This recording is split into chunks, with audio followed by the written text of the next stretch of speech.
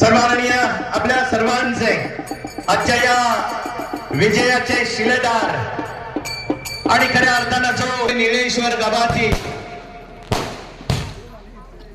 सर्वच मजा पवार परिवार, त्याचबरोबर सर्व समस्त ग्रामस्थ, त्याचबरोबर जिल्हा परिषद सदस्य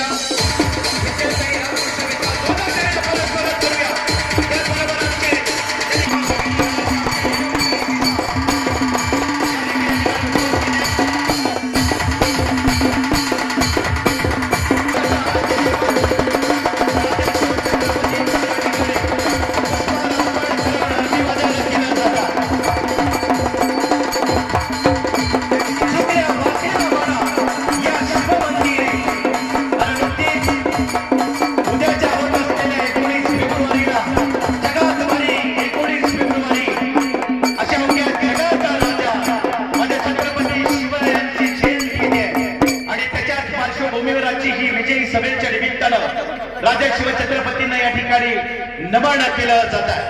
प्रौढ प्रताप पुरंदर क्षत्रिय कुलावतंस सिंहासनाधीश्वर राजाधिराज श्री छत्रपती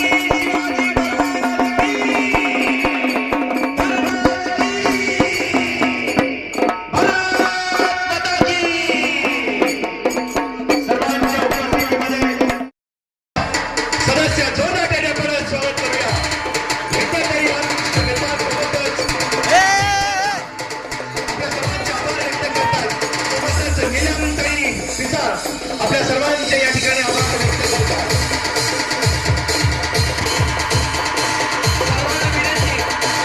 आणि जोरदार टाळ्या आपण त्यांचं स्वागत करूया.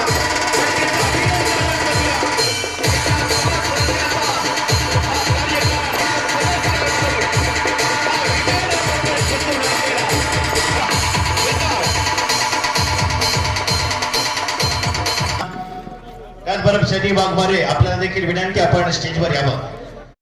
नमस्कार. जिल्हा परिषद 2026 या निवडणुकीत सौ विद्या रामकृष्ण वेताळ या भरघोस मतांनी आपण निवडून दिल्याबद्दल आपल्या सर्वांचं हार्दिक स्वागत. तसेच कोपर्डे हवेली गणाचे अमित पाटील हे थोड्या मतानं त्यांचा निसटता पराभव झाला, तरीही त्यांचं वडोली गावच्या व कोपर्डे हवेली जिल्हा परिषद गटाच्या वतीनं हार्दिक स्वागत. तसेच वाघेरी पंचायत समिती गणाच्या सौ नीलम पिसाळ ताई यांचाही फक्त 42 मतानं निसटता पराभव झाला, त्यांचंही कोपर्डे हवेली जिल्हा परिषद गटाच्या वतीनं हार्दिक स्वागत. आदरणीय उपस्थित सज्जनो, आजच्या या विजय सभेत आपले सर्वांचे मनपूर्वक स्वागत. कोपर्डे हवेली जिल्हा परिषद गटातून मिळालेला हे अपूर्व यश फक्त निवडणुकीत विजय नाही, तर आपल्या समाजाचा, आपल्या संस्काराचा आणि आपल्या स्वाभिमानाचा स्पष्ट संदेश आहे. या यशामागे आपल्या प्रतिनिधी रामकृष्ण वेताळ साहेब यांच्या दूरदर्शी नेतृत्वाने, प्रामाणिक प्रयत्नांनी आणि जनतेशी अविस्मरणीय विश्वासाची मोठी भूमिका आहे. सर्वांनी जोरात त्यांचं टाळ्या वाजवून हार्दिक अभिनंदन करायचं आहे. कराड उत्तर मतदारसंघाने स्वाभिमान जपत आपल्या निर्णय क्षमतेने आणि प्रबल विचाराने रामकृष्ण वेताळ साहेब आणि सौ विद्या रामकृष्ण वेताळ विश्वास दाखवला विरोधकांच्या मोठ्या ताकदीसही मंत्री आमदार आणि पैशाचा जोरावर रामकृष्ण विद्या यांचे नेतृत्व थांबवता आले नाही. कारण यशवंत विचार जनतेच्या हिताची केलेली निष्ठावंत कामे आणि घराघरात पोहोचवलेले संदेश हेच आपल्या विजयी बनवणारे ठरले. सौ विद्या वेताळ यांनी आपल्या कार्यकर्त्यांच्या सोबत जनतेपर्यंत संपर्क साधला. प्रत्येक गल्लीत प्रत्येक घरात लोकांना विकासाचे संदेश दिले. त्यांच्या या प्रयत्नामुळे मतदारांनी आपले मत विचारपूर्वक दिले आणि आपल्या गटाला ठोस विजय मिळवून दिला. या यशाचा परिणाम आपल्या समाजावर लवकर दिसणार आहे. शाळा, रस्ते, पाणी पुरवठा, न्याय, विकास आणि लोकशाही मूल्याचा विजय आहे. भविष्यात काही प्रतिस्पर्धी आपल्याला अडथळा आणण्याचा प्रयत्न करतील, परंतु आजचा दिवस हे दाखवतो की प्रामाणिक मेहनत आणि जनतेचा विश्वास याच्या समोर कोणतीही ताकद टिकू शकत नाही.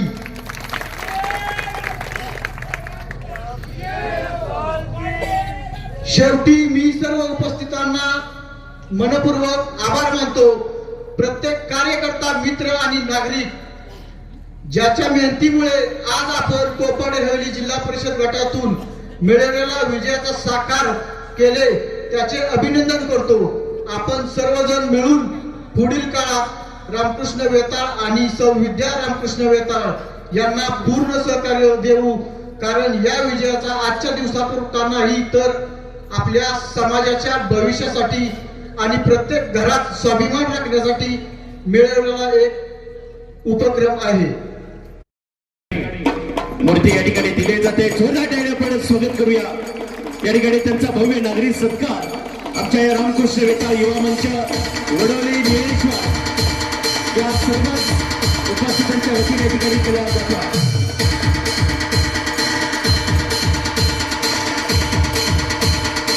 त्याचबरोबर अभिनंदनासाठी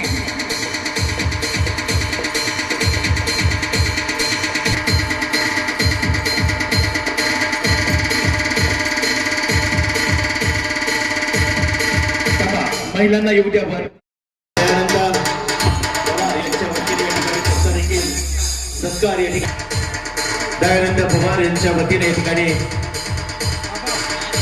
या माऊलींचा सत्कार या ठिकाणी केला जातोय. नवनिर्वाचित आपल्या कोपर्डी गटाच्या नवनिर्वाचित जिल्हा परिषद सदस्य आदरणीय विद्याताई, त्याचबरोबर अमिताना निलमताई, त्याचबरोबर रामकृष्ण वेताळ कबड्डी संघ हे सर्वांचा विशेष सत्कार या ठिकाणी आमच्या जगन्नाथ वाघमारे, लिकाजी वाघमारे बाबा सहभागी होते. विद्याताई रामकृष्ण वेताळ जिल्हा परिषद सदस्य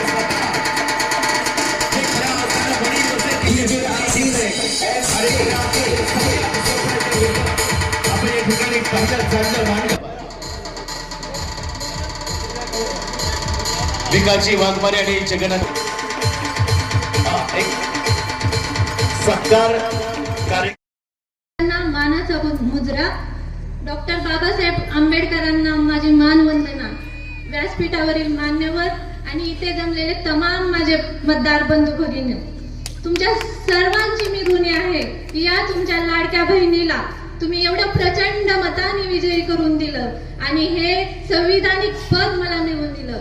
हे विजय फक्त माझ्या एकटीचा नाही तर कोपर्डे हवेली गटातील सर्व जनतेचा आहे. हा विजय सर्व जनतेचा आहे असं मी म्हणते, कारण की येथील प्रत्येक कार्यकर्त्यानं, प्रत्येक व्यक्तीनं आपलं चिन्ह घराघरात पोहोचवलं आहे. त्यामुळेच हा विजय आपल्याला संपादन झालेला आहे. येणाऱ्या 5 वर्षात आता तर आपण तळागाळात पोहोचलोच आहे, त्याचा काही विशेष नाही, पण येणाऱ्या 5 वर्षात आपला विकास तळागाळात न्यायचा आहे. हेच मी तुम्हाला सांगणार आहे. तुमचे गाव पातळीवरील सर्व कामे आणि तुमच्या काहीही वैयक्तिक समस्या असतील त्या नक्की सोडवण्याचा मी प्रयत्न करेन.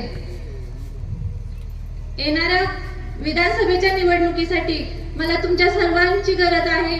तुम्ही सर्वांनी माझ्या पाठीशी आता जसं खंबीर उभं राहिलात तसंच तुम्ही येणाऱ्या विधानसभेसाठीच्या तयारीसाठीही खंबीर उभं राहायचं आहे आणि आपल्या भाऊंचा विजयाचा गुलाल आणायचा आहे.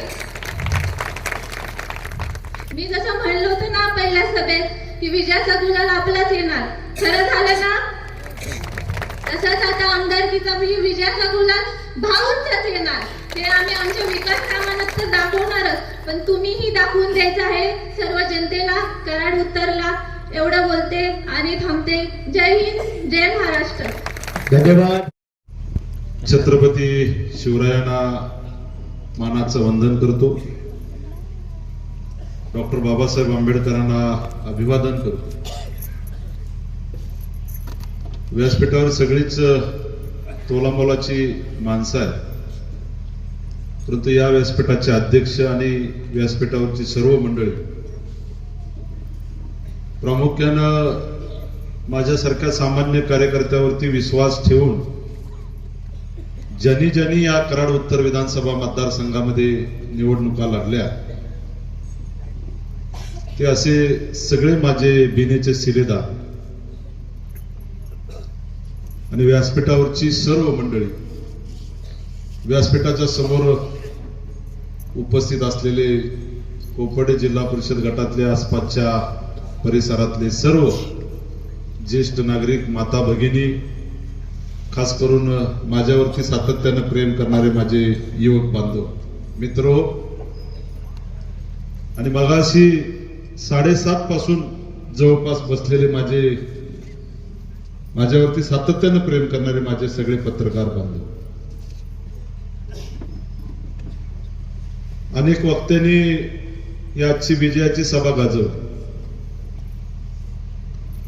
खर तर इलेक्शन झाल्यावरती लोक जमवणं खूप अवघड असते. इलेक्शन मध्ये लोकांच्यात एक करंट असतो आणि तो करंट प्रत्येक सभेमध्ये आपल्याला दिसत होतात. एक सभा झाली, दुसरी सभा झाली, तिसरी सभा झाली, चौथी सभा झाली,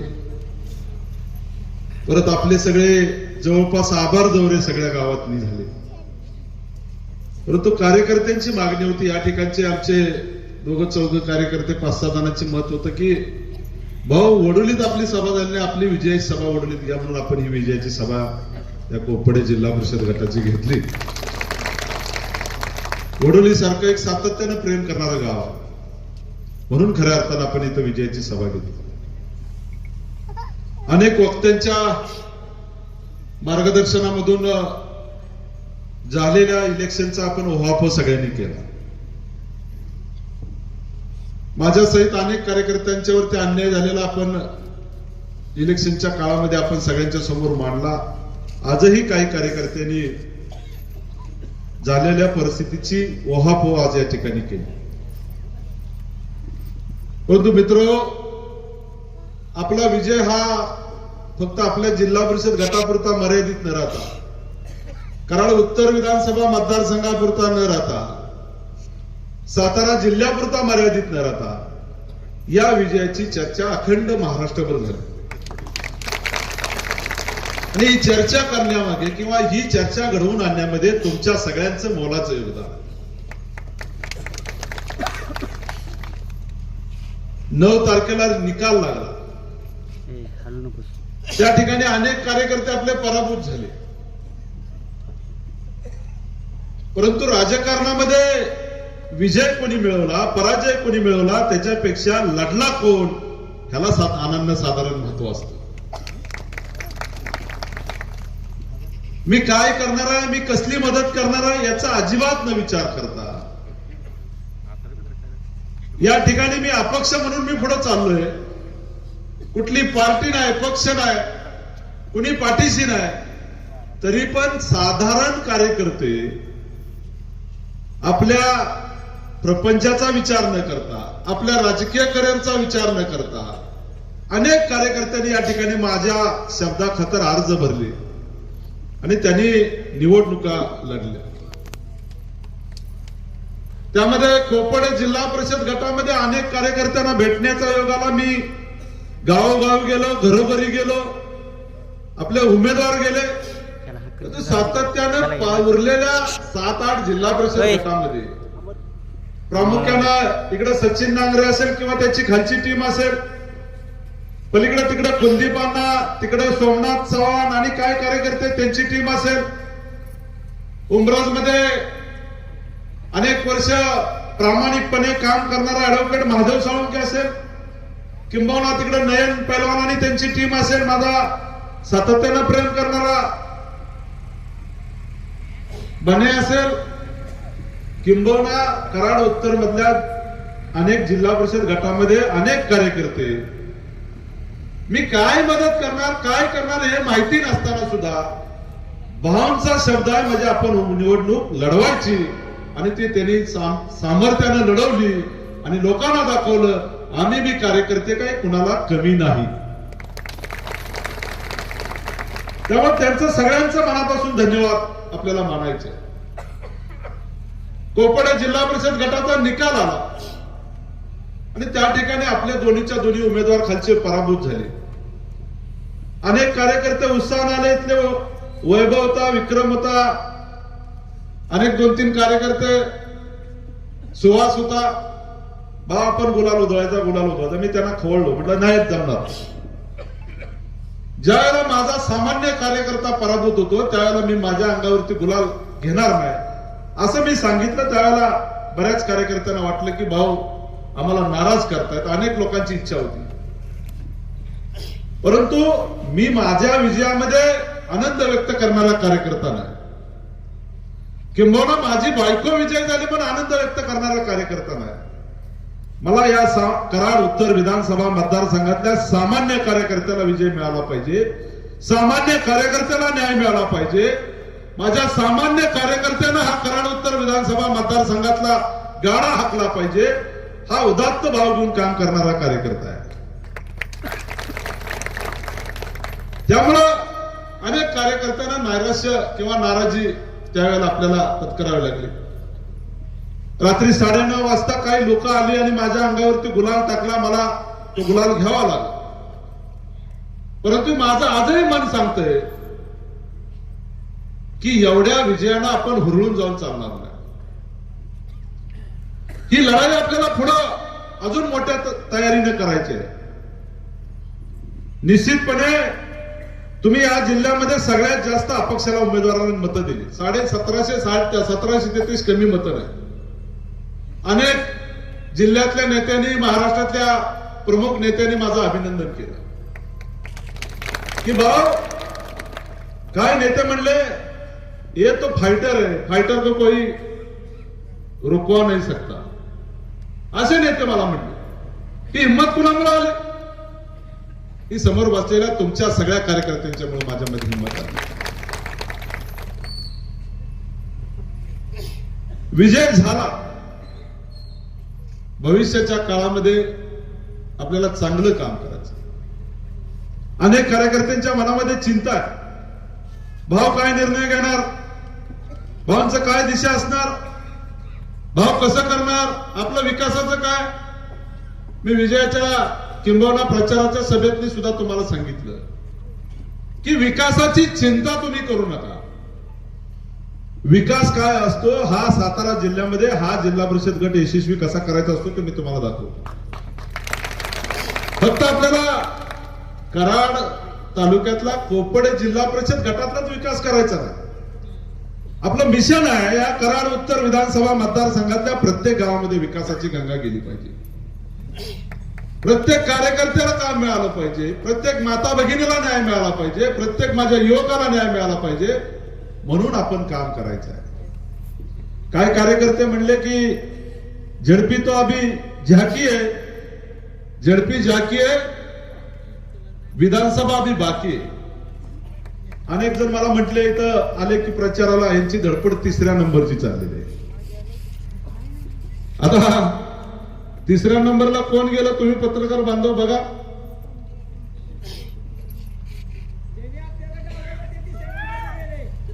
तिसऱ्या नंबरला ज्यांनी ज्यांनी आपल्यावरती टीका टिप्पणी केली ते तिसऱ्या नंबरला गेले.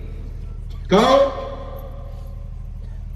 तुम्ही 2 वेळा विधानसभा लढला, 40 क्रॉस नाही केली. किती केली नाही? 40, 42. ज्या वेळेला कराड तालुक्यातल्या जनतेनं ठरवलं, रामकृष्ण वेताळ सारखे अनेक माझे सहकारी सवंगडी तुमच्या बरोबर आले, त्यावेळेला तुम्हाला 40,000 निवडून दिला मी. आणि तुम्ही गेल्या 1.5 वर्षामध्ये थैथाट घालून इथल्या कार्यकर्त्यांना चिरडण्याची भूमिका तुम्ही अवलंबली. परंतु इथला मतदार बांधव, इथला प्रत्येक कार्यकर्ता हा स्वर्गीय यशवंतराव चव्हाण साहेबांच्या विचारानं प्रेरित झालेला कार्यकर्ता आहे.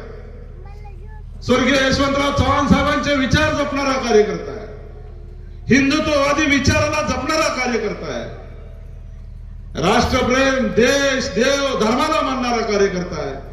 हा कार्यकर्ता असल्या दंडीशाहीच्या भाषेला घाबरणारा कार्यकर्ता नाही. हा सन्मानानं उठून उभा राहिला आणि त्यांनी करून दाखवलं. कोपड जिल्हा परिषद गटामध्ये इथल्या सामान्य कार्यकर्त्याच राज्य चालू शकतं. लक्षात घ्या, इथला सामान्य कार्यकर्ताच ठरवू शकतो इथला जिल्हा परिषदचा सदस्य कोण आणि इथला निवडून येणारा उमेदवार कोण. म्हणून विशेष अभिनंदन या गटातल्या सगळ्या कार्यकर्त्यांचे, सगळ्या नागरिकांचे मला मानायचे. परवा कोणीतरी पालीमध्ये सभा घेतली. माधवराव, आपण अनेक वर्ष काम करतो, अनेकांना आपण प्रवेश दिले. जे आता याच घरात 2 शिरलेले आहेत, त्यांची इच्छा आहे की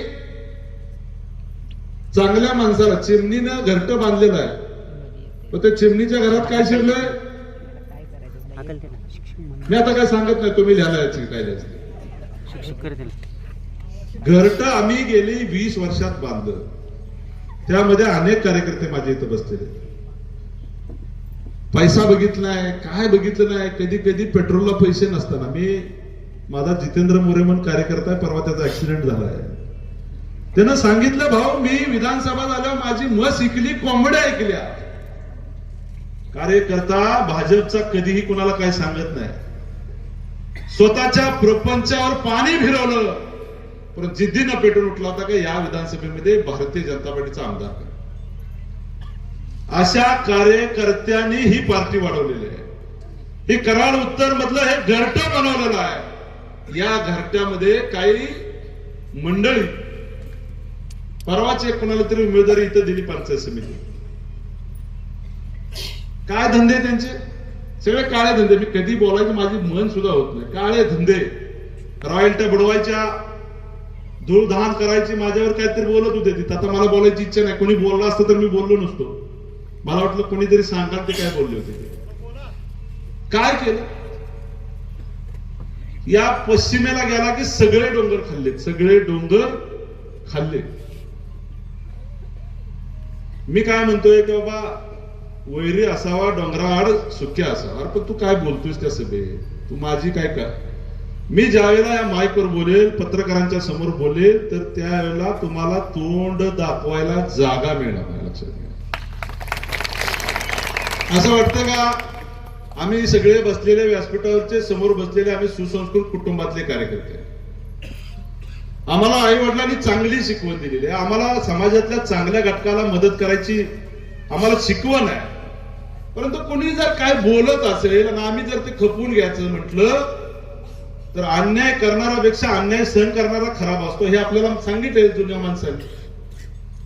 अरे तू काय करतोस, 15 दिवस तू का आत होतास, तुला माहिती आहे का कशासाठी आत होतास. तू खोटा ठराव केलास त्या राजाच्या कुंडल्यात.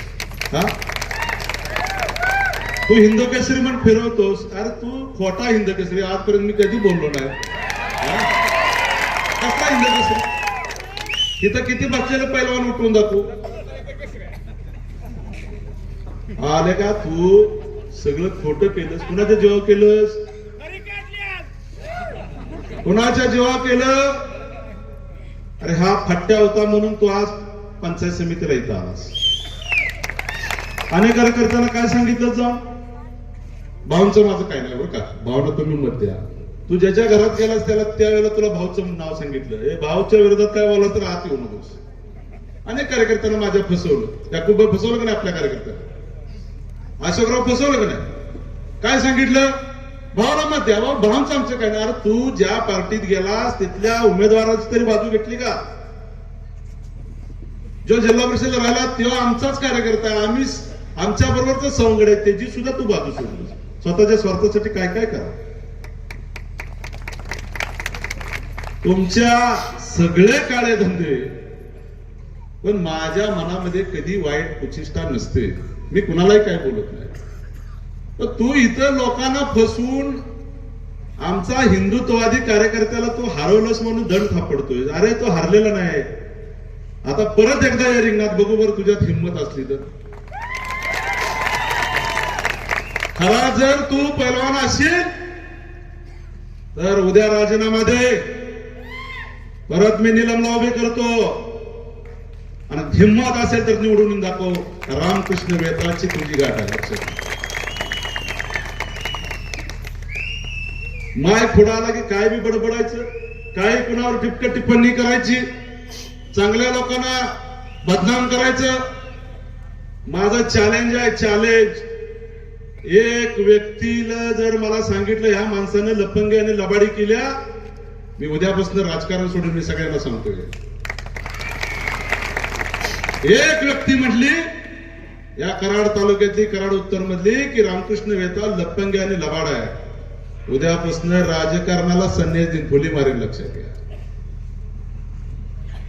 अरे आम्ही असे अनेक लोक बघितली, अनेक लोकांना मी मदत केली. मी कधीही तू चुकीचा आहेस बरोबर आहे बघितलं नाही. मला परमेश्वरानं शक्ती दिल्या की लोकांना मदत कर, लोकांची सेवा कर. माझ्या कुटुंबानं ठरवलंय की कुणी असू दे त्याला मदत करायची, सेवा करायची. मगाशी आमचा कामतीचा सचिन सांगतो, कारण सचिन वगैरे आमची कामतीचे लोक कायम येतात. अनेक लोक माझ्या समोर असतात, येतात. माझ्या खिशात नसलं तरी मी देतो. मगाशी कॉलेजची 10 पोरं आली, म्हणजे आम्ही एक इव्हेंट घेतलाय भाऊ तुमच्याकडे. कधी कधी असं होतं माझ्या मगाशी ताटात टाकायला पैसे नव्हते, मी कोणाकडे घेतले? शंकर पाटला म्हटलं पैसे असले. मगाशी 4-10 पोरं आली, मी त्यांना 5,000 मंड देतो. खिशात बघितले 4 देऊन टाकले. मी अंगावली कपडे सुद्धा काढून देणारा कार्यकर्ता. लक्षात घ्या. परमेश्वरानं मला भरपूर दिलेलं आहे. परमेश्वराची कृपा माझ्यावरती आहे. तुमच्या मायबाप जनतेने माझ्यासाठी खूप काय केलेलं आहे.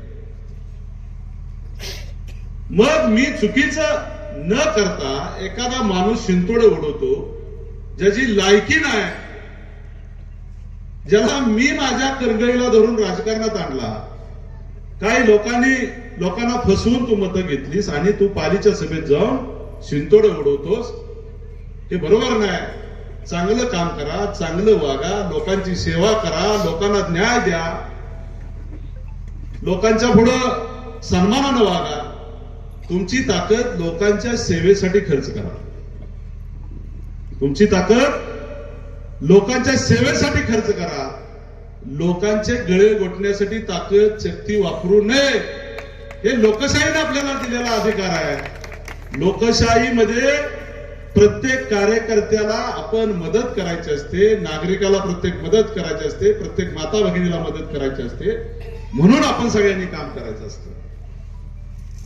खर तर मला या व्यक्तीवरती बोलायचं नव्हतं, पण प्रसंग आवताना मला बोलावलं. मित्र, हा विषय आपल्या सभेतलाच नाही. कुणाची टीका टिप्पणी करणे, कुणाला नालस्ती करणे आपली संस्कृती नाही. मी देव देश धर्मासाठी काम करणारा कार्यकर्ता.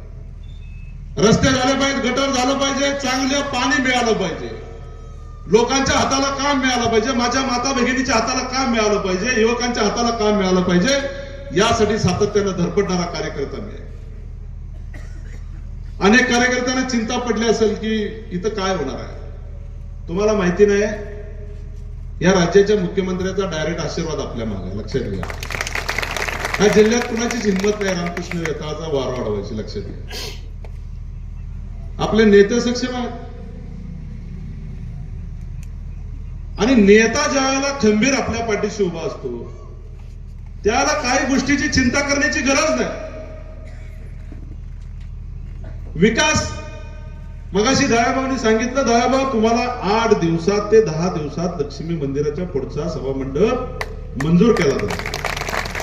पहिल्या डीपीडीसी मध्ये तुमचं स्ट्रीट लाईटचं जे 70 खांब आहे त्याचंही काम मंजूर केलं जाईल, चिंता करू नका. कोपर्ड्यातले असो विषय, या जिल्हा परिषद गटातला कुठलाही विषय असू दे, तो प्रामुख्यानं मार्गी लावण्यासाठी माझी 24/7 धडपड असेल. तुम्ही चिंता करू नका. सरकार हे विकासात्मक सरकार आहे आणि या सरकारच्या माध्यमातून अनेक योजना आपण तळागाळापर्यंत पोहोचवण्यासाठी आपण कटिबद्ध आहोत. तुम्ही चिंता करण्याची गरज नाही. काय निर्णय मगाशी सचिन आबांनी सांगितलं की काय निर्णय मी तुम्हाला विचारल्याशिवाय काहीच घेणार नाही निश्चितपणे. परंतु अनेक लोकांनी देव पाण्यात घातलेले आहेत. सचिन आबा, मी पार्टीतनं बाहेर निघून जावं म्हणून अनेक लोकांनी देव पाण्यात घातले ते शिंकतात. महादेवराव, एकाला विधानसभेचे डोहाळे लागले विधान परिषदेचे आणि एकाला अजून पुढच्या 24च्या विधानसभेचे डोहाळे लागले. एकाला काय वाटतंय, भाऊ उद्या या भाजपमध्ये निघून गेले की माझी विधान परिषद पक्की, आणि दुसऱ्याला वाटतंय भाव भाजपमध्ये निघून गेले की माझी पुढची तिकीट पक्की. ही भारतीय जनता पार्टीचं घरट आहे ना, हे माझ्या सगळ्या कार्यकर्त्यांनी बांधलेलं घरट आहे. ही कुठल्या चोरांच्यासाठी लफंगेच्यासाठी घरट नाही. मी निश्चितपणे विचार करून तुमचा विचार घेऊनच निर्णय घेणार आहे. परंतु आपण थोडं थांबून चर्चा करून व्यवस्थित मार्गदर्शन घेऊन आपण चांगला निश्चित विचार करू. परंतु या घरट्याला कोण जर गालबोट लावत असेल तर त्याला आम्ही माफ करणार नाही. आमच्याकडे 101 बडकर आहे, तर महादेव साळुंके आम्ही खाली कापे, इकडे सचिन आबा खाली कापे, आमचा सचिन नांगरे सुद्धा एक कापे. अनेक कार्यकर्ते गेल्या 15-20 वर्षामध्ये आम्ही घडवले. मी कार्यकर्ता म्हणत नाही, माझे सवंगडे, माझे ज्याच्याशी संबंध आहे या सगळ्यांशी, माझे इथं बसलेल्यांशी पारिवारिक संबंध. किनू दादा, पारिवारिक संबंध आहे. मी माझ्या जीवनामध्ये मी नेता आणि तुम्ही कार्यकर्ता असा विशेष कुठं ठेवलेला नाही. मी माझ्या पत्नीवरती आई म्हणून प्रेम करतोय, बायको म्हणून प्रेम करतोय, बहीण म्हणून मी प्रेम करतोय. या मतदारसंघातल्या सगळ्या माता भगिनी माझ्या बहिणी आहेत. इथं बसलेले ज्येष्ठ नागरिक आले नाहीत, जे मतदारसंघातले जे माझे ज्येष्ठ नागरिक आहेत ते माझे वडीलधारे आहेत, आणि इथं बसलेले माझे युवक आहेत, आणि आलेले नसलेले किंबहुना या मतदारसंघातले माझे युवक बांधव हे सगळे माझे भाऊ आहेत.